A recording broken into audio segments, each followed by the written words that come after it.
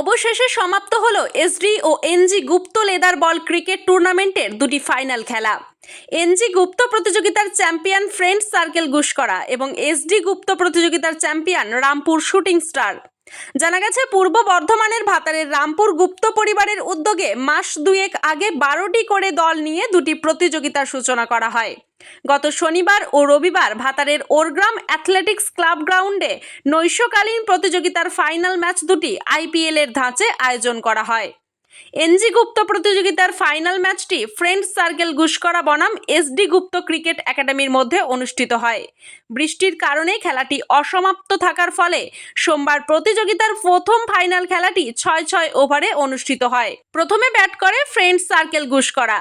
6 ওভারে 2 উইকেট হারিয়ে 130 রান সংগ্রহ করে তারা।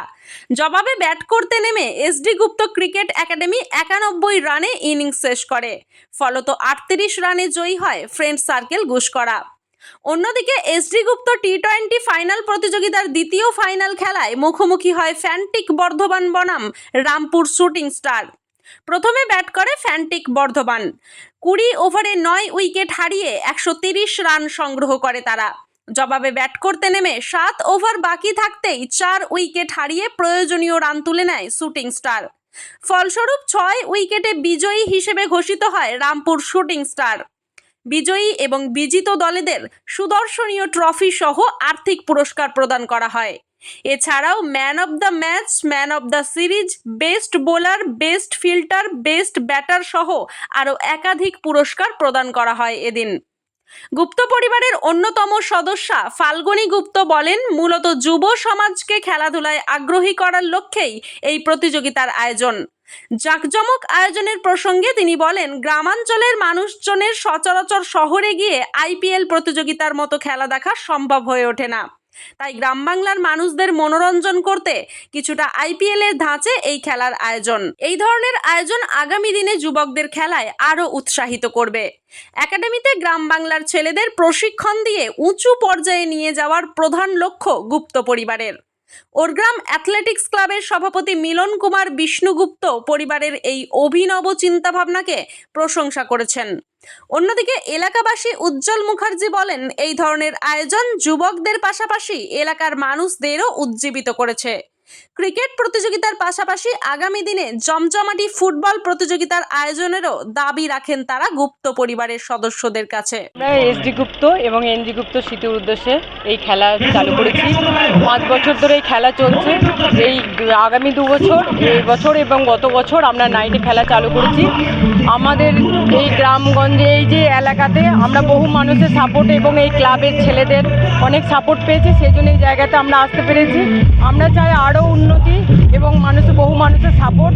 আমরা চাই মোবাইল থেকে ছেলেরা মাঠমুখী হোক এবং মোবাইল থেকে বেরিয়ে এসে তারা যেন খেলার জগৎটাকে নিজেদের একটা আনুক, খেলার মধ্যে তাদের নিজেদেরকে বিলিয়ে দিক। এবং আমরা চাই এই মাঠে যেসব খেলোয়াড়রা খেলতে ইচ্ছুক বা খেলতে আসছে আমাদের এই ক্যাম্পেও, আমরা চাই আগামী দিনে তাদেরকে অনেক ইডেনে খেলা দেখতে বা আমাদের ইন্ডিয়া টিমের হয়ে খেলুক, এটা আমরা খুব গর্বিত অনুভব করবো। আমরা চাই তারা যেন এইসব জায়গায় পৌঁছায়, এটুকুই বক্তব্য। এবং এখানকার এলাকার মানুষজন ভীষণই ভালো, ভীষণ সাপোর্টিং। ওনাদের সাপোর্ট ছাড়া আমরা এই কাজে এগোতে পারতাম না। আমি চাইবো আগামী দিনে আরও উৎসাহ এবং আরও সাপোর্টিং। এবং আগামী দিনের প্রস্তুতি আমরা কালকে থেকে আবার চালু করতে চাই। এই ধরনের আয়োজন মূলত শহরাঞ্চল হয়ে থাকে, গ্রাম বাংলার মধ্যে এই ধরনের আয়োজন এটা দেখে যে সামান্য কিছু যদি একটু করতে পারি তাদের দর্শকদেরকে আনন্দ, এইটুকু আমাদের শুধুই।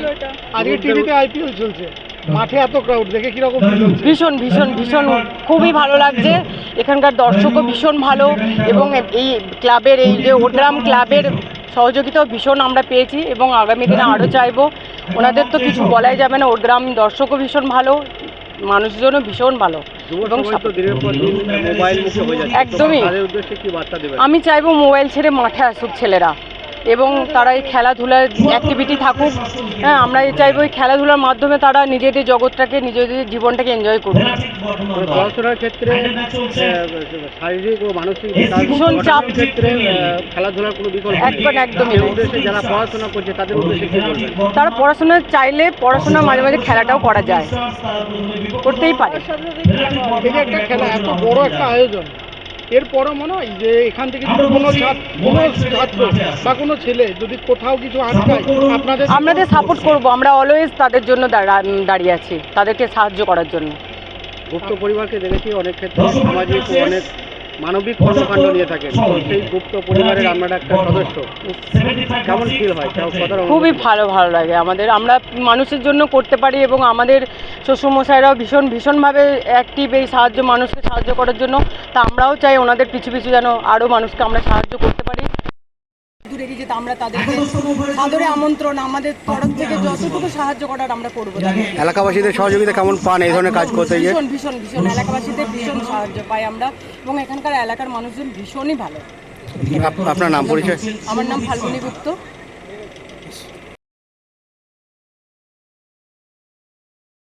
আয়োজন যুবকদের কতটা খেলাধুলা উৎসাহিত করবে। মমতা বন্দ্যোপাধ্যায় বাংলার মুখ্যমন্ত্রী হওয়ার পর থেকে ক্রীড়াক্ষেত্রে তার যে অবদান, বিভিন্ন ক্লাব সংগঠনগুলিকে অনুদান দেওয়ার মধ্যে দিয়ে ক্রিকেট, ফুটবল, বিভিন্ন জাতীয় আন্তর্জাতিক খেলার মান উন্নয়নে তাদেরকে উৎসাহিত করে এগিয়ে দেওয়ার জন্য যারা ক্রীড়াক্ষেত্রে উৎসাহী যুবক যুবতী, কিশোর কিশোরী, তাদেরকে উৎসাহিত করা, ছাত্রছাত্রীদেরকে উৎসাহিত করা, এবং এইরকম যখন প্র্যাকটিক্যাল ফিল্ডে তারা দেখতে পাবেন যে এরকম উদ্যোগ কেউ নিচ্ছেন, তখন আরও তারা উৎসাহিত হবে। এই এলাকায় এমনি একটা সুনাম আছে, এখানে ক্লাবের প্রেসিডেন্ট আছে যারা মূলত উদ্যোক্তা, এই আয়োজক সংস্থা হিসেবে কাজ করছেন এই এত সুন্দর খেলাটি।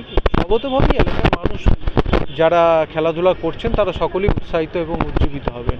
রামপুরের গুপ্ত পরিবার দেখা যায় একের পর এক মানে এই ধরনের মানবিক কর্মকাণ্ড কখনো দেখতে পাই, কিছু ভালো মানুষ তো সমাজে অবশ্যই আছেন যাদের অবদানের উপরেই তো সমাজের এই বন্ধুত্ব টিকে আছে। পরিবারের উদ্যোগটা কী বলবেন? অত্যন্ত বড় উদ্যোগ, অনেকেই এরকম উদ্যোগ নিয়ে থাকেন, যারা নেন তাদের প্রতি আমাদের অনেক বেশি একটা অভিনন্দন রইল, আমাদের তাদের প্রতি আবেদন নিবেদন রইল যে আপনারা মানুষের পাশে দাঁড়াচ্ছেন, এইভাবেই দাঁড়ান, তাতে মানুষজন উৎসাহিত হোক এবং ক্রীড়াক্ষেত্র কেন সমাজের সর্বক্ষেত্রে আপনাদের হাত ধরে মানুষ উন্নতির আলো দেখুক, অগ্রগতির। ভাতার থেকে শেখ মিলনের রিপোর্ট, সোজা কথা নিউজ, পূর্ব বর্ধমান।